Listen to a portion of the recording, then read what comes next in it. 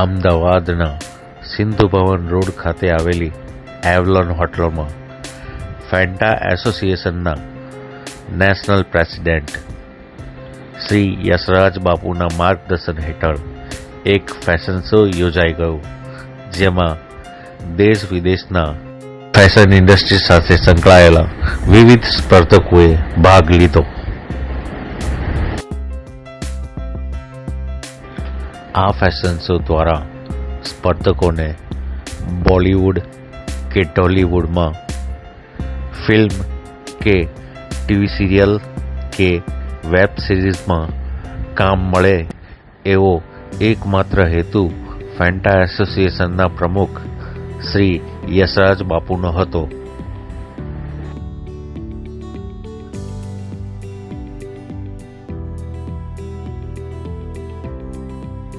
Fanta છે દેશનું રાષ્ટ્રવાદી સંગઠન છે જે કલા, સાહિત્ય અને મનોરંજનના ક્ષેત્રને બહેતર બનાવવા માટે પ્રયાસરત છે. અને જે ફેશન ઇન્ડસ્ટ્રી હોય, ટેલિવૂડ હોય કે બોલિવૂડ, એનું સમાજ ઉપર બહુ મોટી અસર થતી હોય છે. એમાં કંઈ પણ વસ્તુ બતાવવામાં આવે તો એનો પડઘો પડતો હોય છે.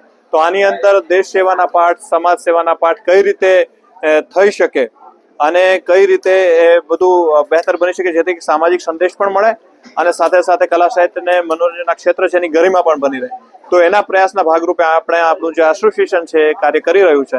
અને એની આજે એક ઇવેન્ટ હતી જેમાં મને ઉપસ્થિત રહેવાનું સૌભાગ્ય પ્રાપ્ત થયું અને ખૂબ સરસ મજાનું આ જે ઇવેન્ટ હતું અને ખૂબ લોકોએ માણ્યું છે અને બહુ જ સારું રહ્યું છે. એસોસિએશન દ્વારા આજે જે ફેશન શોનું આયોજન કરવામાં આવ્યું હતું તેના વિશે કઈ અમારા દર્શકોને માહિતી આપશો?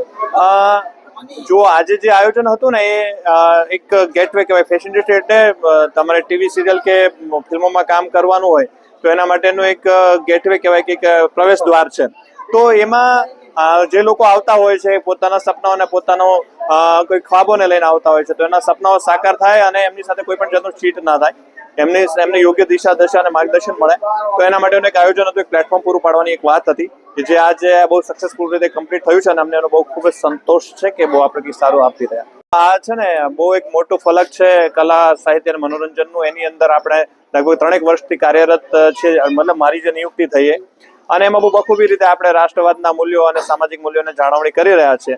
અને આજે જે આ ઇવેન્ટ હતું એ સતત 3જા વર્ષે ખૂબ સક્સેસફુલ રીતે આજે આ ઇવેન્ટ થયું છે.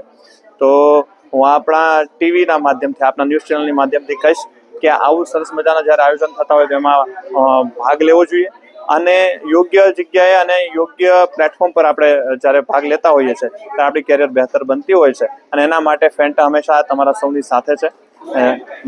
આજની ઇવેન્ટમાં કેટલા સ્પર્ધકોએ ભાગ લીધો? આશરે 50 જેટલા સ્પર્ધકો છે કે જેમણે પાર્ટિસિપેટ કર્યું હતું અને બધા અલગ અલગ જગ્યાએથી આવેલા, ભારતના અલગ અલગ જગ્યા, ઇવન 2 તો બહારથી પણ આવેલા, નેપાળથી અને એક સાઉથ સુડાન જે આફ્રિકાનો દેશ છે ત્યાંથી પણ આવેલા. જો દરેક હવે લોકોને ખબર છે કે ફેન્ટા એક એવું સંગઠન છે કે જે લોકોના કેરિયરને બહેતર બનાવવા માટેના પ્રયાસાત છે. પણ તેમ છતાંય ખાસ કરીને આપના જે ટીવી છે, આપનું જે ન્યૂઝ ચેનલ છે, એના માધ્યમથી આપના દર્શકોને ખાસ એ કહેવા માંગીશ કે આ ન્યૂઝ ચેનલને લાઈક કરો, સબસ્ક્રાઇબ કરો અને જોતા રહો. અને એની અંદર વિશેષ માહિતી હોય છે, એનો કોન્ટેક્ટ કરો. આ પત્રકાર મિત્રો જ આપ અમારા વચ્ચે અને જે લોકો છે જનતા વચ્ચે એનો સેતુ હોય છે, તો આપના દ્વારા પણ અમારો સંપર્ક સારી શકે છે. બાપુ, ફેશનની ઇન્ડસ્ટ્રીમાં નવા જે કદમ મૂકતા કલાકારો છે એને આપ શું મેસેજ આપો? નવા લોકોને હું ચોક્કસ એવું કહીશ કે પહેલા તો પોતાની કેરિયર પર ધ્યાન આપે, પોતાનું રોજીરોટી ઉપર ધ્યાન આપે, સાથે આ એક હોબી છે, જે પેશન છે એને પણ બરકરાર રાખે. પણ એમાં ખાસ ધ્યાન રાખે કે સમજી વિચારીને કોઈ પણ જગ્યાએ આગળ વધે, કેમ કે બહુ બધું ફ્રોડ ચાલી રહ્યું છે. એમાં જે જેન્યુઅન સારી જગ્યા હોય ત્યાં જવું જોઈએ અને યોગ્ય માર્ગદર્શન લેવું જોઈએ.